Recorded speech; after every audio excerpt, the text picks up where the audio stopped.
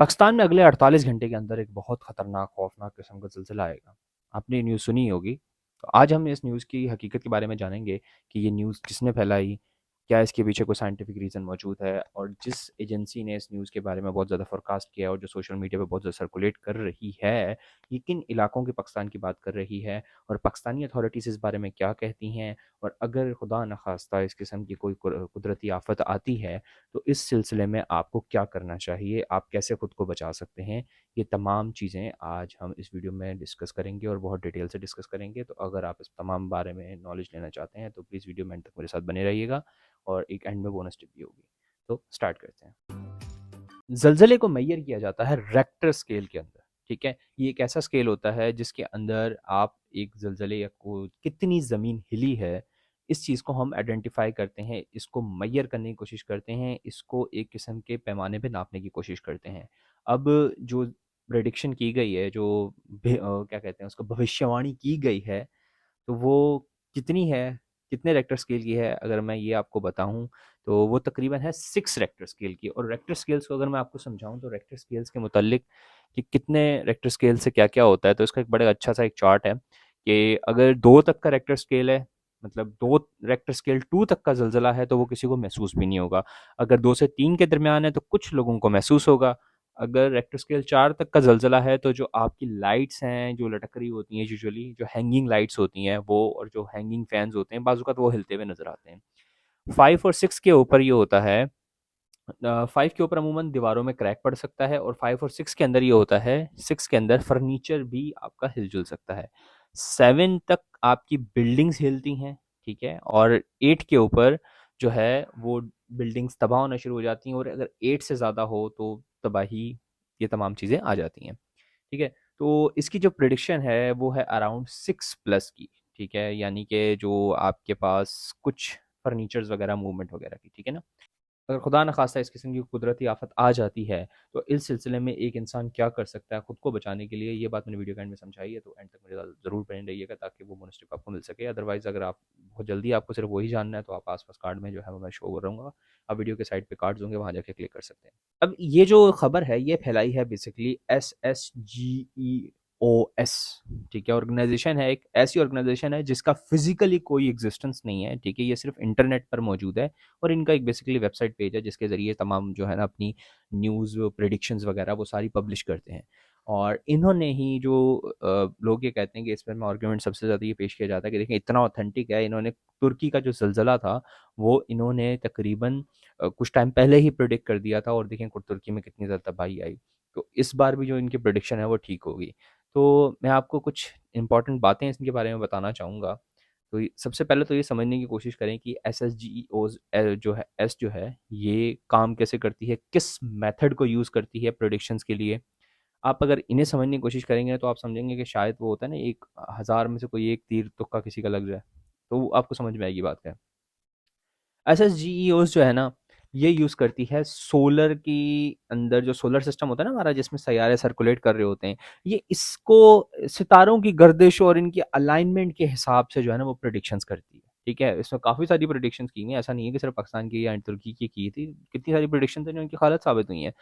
अब जो इनकी प्रेडिक्शन का मेथड है ना, उसमें ये कि जो सोलर सिस्टम है उसके अंदर जो प्लैनेट्स घूम रहे हैं सोलर के इर्द गिर्द, उनको हम मैग्नेट कंसीडर कर रहे हैं, देन उनकी वजह से जो इलेक्ट्रॉनिकल वेव्स पैदा होती हैं और ये सारा, अगर मैं आपको दिखाऊं साइड पे इनका यूट्यूब का, वो आपको होगा वीडियो जिसके अंदर इन्होंने प्रेडिक्शन की है, वो आपको साइड पे डिस्क्रिप्शन में मिल जाएगा। इनके जो सीईओ साहब हैं, उन्होंने खुद वो जो है वो एक यूट्यूब की छोटी सी वीडियो है उसके ऊपर प्रेडिक्शंस की हैं, उसके अंदर ये जो डिफरेंट ग्राफ्स की बात करते हुए आपको नजर आएंगे कि जी ये इलेक्ट्रॉनिकल ये हो रहा है, ये एक्टिविटी बढ़ रही है, ये वाला बढ़ रही है।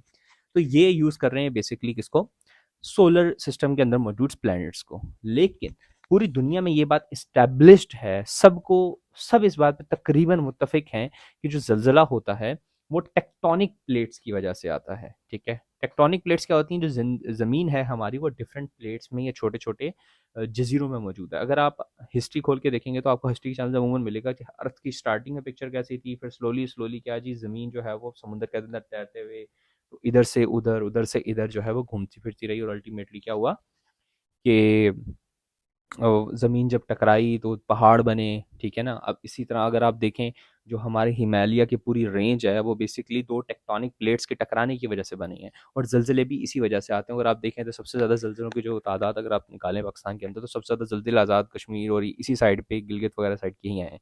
क्योंकि वहाँ के नीचे मौजूद एक टेक्टोनिक प्लेट है, जो कि अमूमन कुछ सालों बाद एक्टिवेट हो जाती है, और वहाँ पे जब भी रगड़ पैदा होती है तो उससे जो एनर्जी प्रोड्यूस होती है उसकी वजह से ज़लज़ला आता है। ये पूरी दुनिया में एस्टेब्लिश्ड है। अब ये जो ऑर्गेनाइजेशन है ये मेथड यूज़ कर रही है, सोलर प्ले जो है ना, सोलर प्लैनेट्स कैसे अलाइन हो रहे हैं, उनकी क्या है। अब इसकी ऑथेंटिसिटी को हम कोई वो नहीं कह सकते, ठीक है।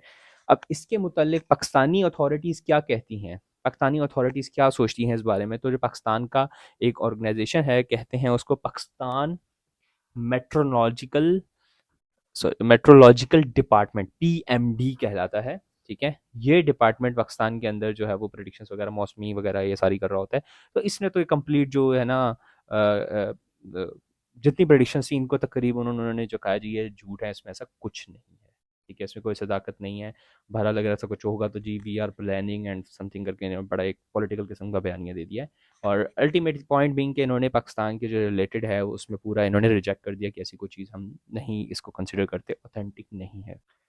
अमेरिकन जियोलॉजिकल सर्वे के मुताबिक कोई भी अगर भविष्यवाणी किसी अर्थक्वेक की जाती है या किसी जलजले की जाती है, तो उसमें 3 रिक्वायरमेंट्स होती हैं। उसमें पहला टाइम एंड डेट, दूसरा लोकेशन, और तीसरा कितने मैग्नीट्यूड का आता है, ठीक है। अब जो इनके सर्वे जो ऑर्गेनाइजेशन है, एस एस जी ई ओज हैं, इनकी जो सर्वेज हैं, मतलब ये इनकी जो प्रडिक्शंस हैं वो ऐसी होती हैं कि बहुत वेग किस्म की होती हैं जी। कुछ टाइम बाद आएगा, कितने टाइम बाद आएगा, किस टाइम पे आएगा, किस डेट को आएगा, ये लोग नहीं बताते, ठीक है। अगर आप मैं आपको साथ मैंने जो एनालिसिस किया है और उसमें इतनी वेग किस्म की ना टाइम समझ में आ रहा है ना डेट समझ में आ रही है, प्लस लोकेशंस भी समझ में नहीं आ रही, तो 3 के अंदर से 2 तो वैसे खत्म हो गया। और मैग्नीट्यूड भी इन्होंने इतना वेग किस्म की बात की है कि कितने मैग्नीट्यूड का आएगा। तो आप अगर आप एक्यूरेट अगर अमेरिकन जियोलॉजिकल सर्वे की अगर आप बात को माने तो एक्यूरेट प्रिडिक्शन तो बन ही नहीं रही, ठीक है। सबसे पहले तो जो तीनों कंपोनेंट्स है वो ही नहीं पूरे हो रहे, या तीनों जो उनके एलिमेंट्स हैं या जो चीज़ें रिक्वायर्ड हैं एक एक्यूरेट सर्वे के लिए वो पूरी ही नहीं हो रही। खैर, लेकिन जो इनकी रिपोर्ट एनालाइज़ करने के बाद समझ में आती है बात, वो जो लोकेशंस समझ में आई हैं मुझे वो ये हैं कि जो कराची के अराउंड, ठीक है, जो बलूचिस्तान का एरिया टच करता है, प्लस जो बलूचिस्तान और सिंध के दरमियान का जो एरिया है बॉर्डर वाला, यहाँ पे ज़लज़ले का एक्सपेक्टेड है अकॉर्डिंग टू हिम, ठीक है। जो उन्होंने प्रेडिक्शन दी है, उनकी जो रिपोर्टिंग उनके हिसाब से जो समझ में आया, मैग्नीट्यूड 6 का अराउंड समझ में आ रहा है। जो उनकी रिपोर्ट है बहुत वेग किस्म की रिपोर्टिंग है, ऐसा लगेगा कि आपको किसी ने घर से बैठ के बनाई हुई है इस किस्म की रिपोर्टिंग है। अगर आप खुद वीडियो भी जाके देखेंगे ना उनके जो पब्लिश्ड है जिसमें प्रेडिक्शंस कर रहे हैं, तो बड़ी अजीब सी आपको समझ में नहीं आएगी। तो यहाँ तक तो बात आपको समझ में आ गई होगी, ठीक है। इसके अलावा एक चीज़ है कि अगर ज़िलज़ला आ जाए खुदा ना खास्ता तो आपको क्या करने की ज़रूरत होती है, किस तरीके से आप खुद को बचा सकते हैं, किस तरीके से अगर खुदा ना खास्ता कोई ज़िलज़ला आ जाता है तो आपको खुद को क्या करना चाहिए। ये बहुत इंपॉर्टेंट बात है और ये बहुत अहम बात है। इसको समझाने के लिए एक छोटी सी इस वीडियो के अंदर समराइज़ करना बहुत मुश्किल है। तो अगर खुदा न खास्ता ज़लज़ला आ जाता है तो एक इंसान को खुद को बचाने के लिए ज़लज़ले के दौरान क्या करना चाहिए, ये मैंने एक अलग से वीडियो बनाई हुई है और उसमें पूरा समझाया है।